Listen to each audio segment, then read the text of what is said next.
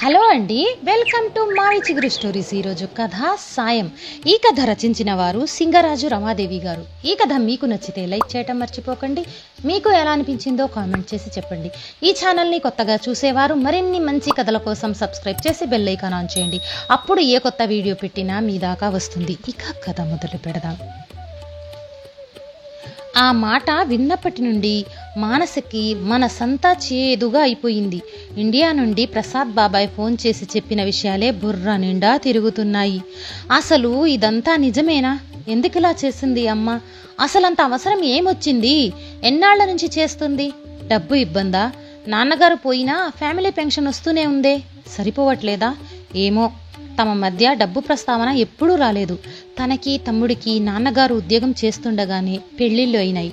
వాడు సింగపూర్లో సెటిల్ అయ్యాడు, తనేమో అమెరికాలో. 2 ఏళ్లకొకసారి సెలవుల్లో అమ్మ దగ్గరికి వెళ్ళొస్తూనే ఉంటాం. ఎప్పుడూ అమ్మ వాళ్ళు ఇబ్బందుల్లో ఉన్నట్లు అనిపించటం లేదే. పైగా వెళ్ళినప్పుడల్లా తనకి పిల్లలకి ఏదో ఒకటి కొనివ్వటం, బట్టలు పెట్టటం అంతా మామూలుగానే జరుగుతుంది. చిన్నప్పటి నుండి తమకు ఆర్థిక ఇబ్బందులు ఏమీ లేవు. కనీసం తనకి తెలిసినంత వరకైతే లేవు. మరి ఏమిటిది? ఆలోచిస్తున్న కొద్దీ మనసంతా గజిబిజిగా ఉంది. మనోజ్కి తెలుసా? తెలిసి వాడు ఏమీ చేయకుండా ఊరుకున్నాడా? అసలు వాడు అమ్మకి డబ్బు ఏమైనా పంపుతున్నాడా? డబ్బు ఇబ్బంది వల్లేనా? ఇది తెలిస్తే అందరూ ఏమనుకుంటారు? తమని తిట్టిపోసుకోరు? అమ్మతో వారానికి 3 సార్లు ఫోన్లో మాట్లాడుతూనే ఉంటుంది తను. అమ్మ ఎప్పుడు ఒక్క మాట కూడా అనలేదే, బాధపడినట్టు కూడా అనిపించలేదే. మరి లేక తనే తెలుసుకోలేదా? తన గోలలో తను ఉండి పట్టించుకోలేదా? మానసకి బాధ, అవమానం మనసంతా నిండి మెలిపెడుతున్నాయి. వెంటనే ఫోన్ చేసి అడుగుదామంటే ఏమి వినాలో అని భయంగా ఉంది. తమ్ముడికి చేసి మాట్లాడదామంటే వాడికి అసలు విషయం ఎంతవరకు తెలుసో తెలియదు. మర్నాడు అమ్మే ఫోన్ చేసింది మానసకి. చాలా ఉత్సాహంగా మాట్లాడింది. పిల్లల గురించి అడిగింది. అమ్మ అడిగిన వాటికి అన్యమష్కంగానే జవాబులు చెప్తూ ఉంది మానస. అడగాలి అనుకున్న విషయం ఆమె గొంతు దాటి బయటకు రావటం లేదు. ఆఖరికి అమ్మ ఇక ఉండనా మరి అంటుంటే మెల్లగా అమ్మా అంది. ఒక్క క్షణం అవతలి వైపు నిశ్శబ్దం. తర్వాత చెప్పమ్మా అంది అమ్మ. మొన్న బాబాయ్ ఫోన్ చేశాడు, మెల్లగా మొదలుపెట్టింది. అమ్మ ఊహించిందే అనుకుంటా. నిట్టూర్పు వదులుతూ ఏమన్నాడు అడిగింది. మేమంతా చచ్చామనుకున్నావా అమ్మా? ఏ మాతో ఒక్క మాట కూడా అనలేదు? మనోజ్ ఏమీ పంపకపోతే నాకైనా చెప్పకపోయావా? ఎంతో సౌమ్యంగా మెల్లిగా అడుదామనుకుని ప్లాన్ చేసుకున్నది కాస్త కోపం, ఏడుపు కలగలిపిన గొంతుతో ఒక్కసారిగా అడిగేసింది మానస. ఏమిటమ్మా, ఏమిటి నువ్వు అంటున్నది? పంపటం ఏమిటి? తల్లి భవానీ గొంతులో అయోమయం. అదేనమ్మా, నీకు డబ్బు ఇబ్బంది ఉంటే మాకు చెప్పొచ్చు కదా. అయినా నీ కొడుకు లక్షల్లో సంపాదిస్తున్నాడు. ఆ మాత్రం పంపలేడా? లేక అక్కడ వాడు కొన్న ఆస్తులకి ఈఎంఐ కట్టడానికి సరిపోతుందా వాడి జీతం? గుక్క తిప్పుకోకుండా అక్కసంతా వెళ్ళగక్కింది మానస. మను, నువ్వేమనుకుంటున్నావో నాకు అర్థం కావట్లేదు. అసలు నాకు డబ్బు ఇబ్బందని ఎవరు చెప్పారు? నెల నెలా వచ్చే మీ నాన్నగారి పెన్షన్ నాకు బాగానే సరిపోతుంది. నా ఒక్కదాని ఖర్చు ఎంత? నాకు నువ్వు పంపక్కర్లా, నీ తమ్ముడు అంతకన్నా పంపక్కర్లేదు. భవానీ స్వరం కాస్త తీవ్రంగానే వినపడింది. ఆ స్వరానికి మానస కాస్త తగ్గి, మరి బాబాయ్ అలా చెప్పాడేమిటి? కొంచెం సంశయంగా అడిగింది. ఏమని చెప్పాడు? అదే, నువ్వు 4 ఇళ్లలో వంటలు చేస్తున్నావని. ఆ మాటలు అంటుంటే ఎలాగో అనిపిస్తుండగా ఎలాగో అలా అనేసింది. భవానీ ఏ భావము లేకుండా అలా అన్నాడా అంది. అబ్బా ప్లీజ్ చంపకమ్మా, అసలు విషయం ఏమిటో చెప్పు. నాకు విన్నప్పటి నుండి మనసులో లేదు. ఎంత బాధగా ఉందో తెలుసా? నిజమేనా అది? ఆతృతగా అడిగింది మానస. నిజమే, స్థిరంగా అంది భవానీ. వంట వరకు నిజమే. కాకపోతే 4 ఇళ్లలోకి నేను వెళ్ళి చేయట్లేదు. నా ఇంట్లో నేను చేసింది 4 వచ్చి తీసుకువెళ్తున్నారు. అంటే ఇంట్లో మెస్ లాంటిదేమైనా పెట్టావా? మానసకి అయోమయం అంతకంతకీ పెరిగిపోతూ ఉంది. మను, నన్నస్సలు చెప్పనిస్తావా? కాసేపు నువ్వు ఆందోళన పడకుండా, అడ్డు ప్రశ్నలు వేయకుండా వింటావా? అంటే వివరంగా చెప్తాను అని చెప్పటం మొదలెట్టింది భవానీ. కొన్నాళ్ల క్రితం పక్క ఫ్లాట్ ప్రీతి లిఫ్ట్ తెరుచుకొని వాళ్ళ ఇంటి వైపు వెళుతూ హలో ఆంటీ అని పలకరింపుగా నవ్వింది. అప్పుడే సాయంత్రం వంట ముగించి టీవీ ముందు కూర్చున్న నేను హలో బాగున్నావా ప్రీతి అంటూ పలకరించాను. నీరసంగా నవ్వుతూ, లేదాంటీ, 2 రోజుల నుండి మోషన్స్, వామిటింగ్స్. ఇప్పుడే డాక్టర్ దగ్గరికి వెళ్ళి మందులు తెచ్చుకున్నాను అంది. అరే అవునా, ఏమైంది? బయట ఫుడ్ ఏమైనా తిన్నారా, పడలేదా అని అడిగాను. మేము వారంలో 5 రోజులు బయట ఫుడ్డే కదా ఆంటీ. లంచ్ రోజు మా ఆఫీస్ క్యాంటీన్లోనే. రాత్రి కూడా లేట్ అయితే బయట నుంచి ఆర్డర్ చేస్తాం. అసలు 4 రోజుల నుండి ఏం చూసినా కడుపులో తిప్పుతుంది చెప్పుకొచ్చింది. ప్రీతి వాళ్ళ ఆయన ఇద్దరు సాఫ్ట్వేర్ ఉద్యోగాలే. రోజుకి కనీసం 14 గంటలు పని, హడావుడి జీవితాలు. నోటికి రుచిగా ఉంటుంది, కాస్త ఇవ్వనా అమ్మ కారం పొడి అన్నాను. ఇవ్వండి ఆంటీ అని ఆశగా అంటూ నాతో పాటే లోపలికొచ్చింది ప్రీతి. ఒక చిన్న స్టీల్ బాక్స్లో వేసి ఇచ్చాను. థ్యాంక్స్ ఆంటీ అంటూ. అబ్బా ఎంత నీట్గా ఉందాంటీ మీ ఇల్లు, వంటిల్లైతే మరీ అంది. పాడు చేయటానికి ఎవరున్నారని నేనొక్కదాన్నే కదా అన్నాను. అయినా కూడా ఆంటీ మా ఇల్లు చూడాలి, వార్ జోన్ లాగా ఉంటుంది అంది. మీరిద్దరూ బయటకు వెళ్తారు, పైగా మీ ఇంట్లో చిన్న పాప కూడా కదా, మీకు టైం ఎక్కడ దొరుకుతుంది? సర్ది చెప్తున్నట్టు అన్నాను. నిజమే ఆంటీ అని నిట్టూరుస్తూ, వస్తా ఆంటీ అని మళ్ళీ థ్యాంక్స్ చెప్పి వెళ్ళిపోయింది ప్రీతి. తను వెళ్ళిపోయాక సీరియల్స్ చూస్తున్న ప్రీతి మాటలపైనే ఉంది నా ధ్యాసంతా. కోటి విద్యలు కూటి కొరకే అన్నారు, కానీ ఇప్పటి విద్యలు, ఉద్యోగాలు డబ్బులు తెచ్చిపెట్టినా కూటికి టైం లేకుండా చేస్తున్నాయి. వచ్చిన జీతాలతో కార్లు, ఫ్లాట్లు, ఖరీదైన వస్తువులు కొంటున్నారు, కానీ ఆ కొన్న వాటిని అనుభవించే తీరిక లేదు, కడుపుకింత కమ్మగా తినే సమయమూ లేదు. ఏమిటో అనుకున్నాను. మర్నాడు పగలంతా ప్రీతి కనపడలేదు. వాళ్ల ఫ్లాట్ తలుపు తీసినట్లు అనిపించలేదు. సాయంత్రం అనుకుంటా మళ్ళీ వచ్చింది. ముందు రోజు నేనిచ్చిన స్టీల్ డబ్బా పట్టుకుని, ఎలా ఉంది ప్రీతి, తగ్గిందా పలకరించాను. పర్వాలేదాంటీ, ఇవాళ కొంచెం బెటర్. ఒక్క రోజుకే పీక్కుపోయిన ముఖంతో అంది. టీపాయ్ మీద స్టీల్ బాక్స్ పెట్టి సోఫాలో కూర్చుంటూ, ఆంటీ కారప్పొడి ఎంత బాగుందో, 2 పూటలా దాంతోనే తిన్నాను. మా వాళ్ళిద్దరూ నాతో పోటీకొచ్చి మొత్తం లాగించేశారు. మా చిన్నది కూడా అదే తింది. రాజు అయితే ఆంటీని అడిగి రెసిపీ రాసుకొని చెప్పాడు. గలగలా చెప్పుకొచ్చింది. అయ్యో నేను కొంచెమే చేశాను, మళ్ళీ చేసిస్తానులే నవ్వుతూ అన్నాను. కాసేపు కబుర్లు చెప్పి వెళ్ళిపోయింది. ఆమె మాటల్లో నాకు అర్థమైనది, ఇంటర్ నుండి ప్రీతి చదువు అంతా హాస్టల్లో సాగింది. క్యాంపస్ సెలక్షన్లోనే ఉద్యోగం. హాస్టల్ నుంచి పీజీ అకమాడేషన్లోకి, అక్కడ మెస్ భోజనమే. ఇప్పుడు ఈ సంసారం, ఇంటి పని, వంట పని, పాప పనితో సతమతం అవుతుంది. పైగా వంట అస్సలు అలవాటు లేదట. మీరు ఎలా చేస్తారంటే ఇంత బాగా, నాకు కూడా నేర్పించండి అంటూ ప్రీతి ఒకటే అనటం నవ్వొచ్చింది నాకైతే. పొద్దున లేస్తే వంట చేయటంతోనే గడిచిన జీవితం నాది. 12-13 ఏళ్ల నుండే అమ్మకి వంటలో సహాయపడేదాన్ని. పెద్ద కూతుర్ని కదా. ఇక పెళ్ళయ్యాక అత్తగారింట్లో పెద్ద సంసారమే. అత్తగారు, మామగారు, మరుదులు, ఆడపడుచులు. ఈయన పెద్ద అవటంతో అందరి పెళ్లిళ్ళు మా తర్వాతే అయినాయి. పెద్ద కోడలిగా బాధ్యతలు బాగానే ఉండేవి. పైగా అందరూ భోజన ప్రియులు. అంతమంది ఇష్టాయిష్టాలు గమనిస్తూ ఎక్కువ రకాలే వండాల్సి వచ్చేది. అలా అవసరం కొద్దీ వంట బాగా అలవాటైపోయింది. తిన్న వాళ్ళందరూ కూడా నా వంట అద్భుతంగా ఉంటుందని మెచ్చుకునేవారు. నేను వంట ఆసక్తిగా చేసేదాన్ని. మరుదులు, ఆడపడుచుల పెళ్లిళ్ళు అయిపోయి వెళ్లేలోపు మాకు పిల్లలు పుట్టటం, వెరసి కుటుంబ సభ్యుల సంఖ్య దాదాపు మళ్ళీ అంతే. ఇక పిల్లలు పెద్దవాళ్ళయ్యి పెళ్లిళ్ళు, పురుళ్ళు, పుణ్యాలు, ఏనాడు వంటింటికి నాకు రెస్ట్ ఉండేది కాదు. అలాంటిది పిల్లలు ఫారెన్లో సెటిల్ అవ్వటం, 1.5 ఏడాది క్రితం ఈయన పోవటంతో ఇన్నాళ్లకి ఇలా ఒంటరిగా ఒక్కదానికి వండుకోవాల్సి వస్తుంది. నిట్టూర్పుతో ఆలోచనలో కట్టిపెట్టి లేచాను. మర్నాడు కాస్త నిమ్మకాయ ఊరగాయ తీసి, చక్క పోపు వేసి, మంచి మిరియాల చారు పెట్టి 2 తీసుకెళ్లి ప్రీతికిచ్చాను. తెగ ఆనందపడిపోయారు వాళ్ళు. ఒక్కదానికి వండుకోవటానికి ఆసక్తి లేక ఏదో ఇంత ఉడికేసుకొని తింటున్న నాకు వాళ్ళకలా వండి ఇవ్వటం, వాళ్ళు దాన్ని పరమానందంగా తినటంతో ఎంతో తృప్తినిచ్చింది. నేను ఆ వేళ తృప్తిగా తిన్నాను. అలా వారంలో 1-2 సార్లు వాళ్ళకి ఏదో ఒకటి చేసి ఇవ్వటం అలవాటైపోయింది. వాళ్ళ చిన్నది ఈరా కూడా, అమ్మమ్మ ఇవాళ ఏం చేశావు, చారు పెట్టావా అంటూ మన ఇంట్లోకి తిరగటం మొదలెట్టేసింది. ఇంతలో ప్రీతి ఒకరోజు ఒక శుభవార్త తెచ్చింది. తను మళ్ళీ తల్లి కాబోతుందంట. నేను సంతోషపడి, ఏం తినాలన్నా కోరిక కలిగినా మొఖమాట పడకుండా నాకు చెప్పమ్మా ప్రీతి, వాళ్ళ అమ్మ అప్పుడు ఆస్ట్రేలియాలో ఉందంట. ప్రీతి చెల్లెలు మొదటి కాన్పు కోసమనిను తను చెమర్చిన కళ్ళతో అలాగే aunty, thank you so much అంది. కానీ అనుకోకుండా తనకి తర్వాతి నెలలో వచ్చిన కొన్ని కాంప్లికేషన్స్తో 1-2 నెలలు జాగ్రత్తగా ఉండాలి అన్నారు. బెడ్ రెస్ట్ తీసుకోమన్నారు. వాళ్ళకి ఇంకా ఇబ్బంది అయిపోయింది.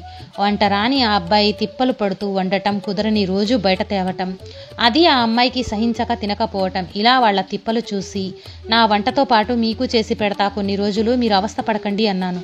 ఓహో బావుందమ్మా, వాళ్ళకి ఫ్రీగా చాకిరీ చేసి పెడుతున్నావన్నమాట. మధ్యలో ఆపి మానస ఉక్రోషంగా అంది. ఆగు, మొత్తం విను అంటూ చెప్పబోయిన భవానీతో, బబ్లుని స్కూల్ నుంచి తీసుకొచ్చే టైం అయిందమ్మా, తర్వాత మాట్లాడదామని ఫోన్ పెట్టేసింది మానస. ఫోన్ పెట్టేసిన భవానీ మనసులో అవే ఆలోచనలు కొనసాగాయి. నిజానికి ప్రీతి వాళ్ళు చాలా మొకమాట పడిపోయారు. వద్దంటి, పెద్దవాళ్ళు మిమ్మల్ని ఇబ్బంది పెట్టలేమన్నారు. తనే పెద్దదాన్ని, నాకు ఒక్కదానికే పని లేక బోరు కొడుతుంది అంటూ మొత్తానికి ఒప్పించి, కానీ సరుకులు కూరగాయలు అన్నీ మేమే తెచ్చి పెడతాం, ప్లీజ్ కాదనకూడదు అన్నారు. తను కొంత తర్జనా భర్జన తర్వాత సరే అంది. అలా మొదలుపెట్టిన తన సాయం తమ మధ్య ఒక అనుబంధంగా అయిపోయింది. కాస్త కుదుటపడ్డ ప్రీతి రోజు వచ్చి కూర్చొని కబూర్లు చెబుతూ మర్నాటికి కావలసిన కూరగాయలు తరిగి పెట్టేది. ఈరా అక్కడే కూర్చొని హోంవర్క్ చేసుకునేది. తన ఒంటరితనము నిర్లిప్తంగా వదిలిపోయి ఉత్సాహంగా అనిపించసాగింది.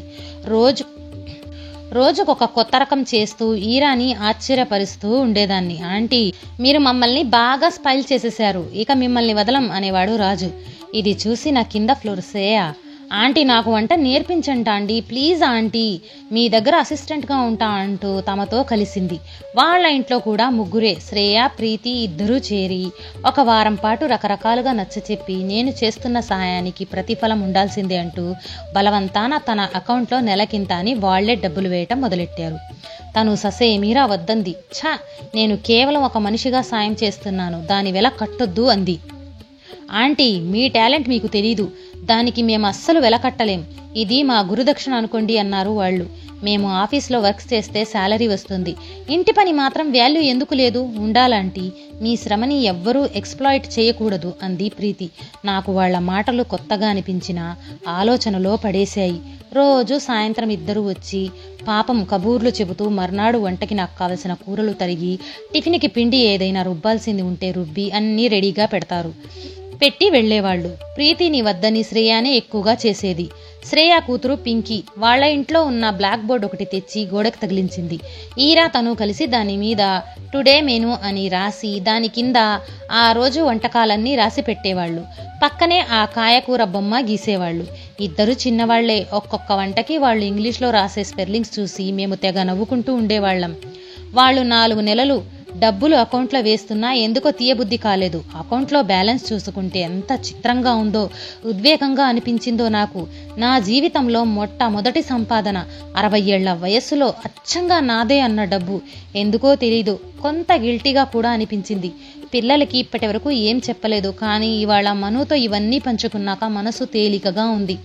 ఆలోచన నుంచి తేరుకున్న భవానీ ఫోన్లో చెప్పలేకపోయిన విషయాలన్నీ వివరంగా రాసి మెయిల్ పెట్టింది మానసికి. మెయిల్ చదివిన మానస మర్నాడు తల్లికి ఫోన్ చేసింది. ఇదంతా మాతో ఒక్క మాట కూడా ఎందుకనలేదమ్మా నువ్వు?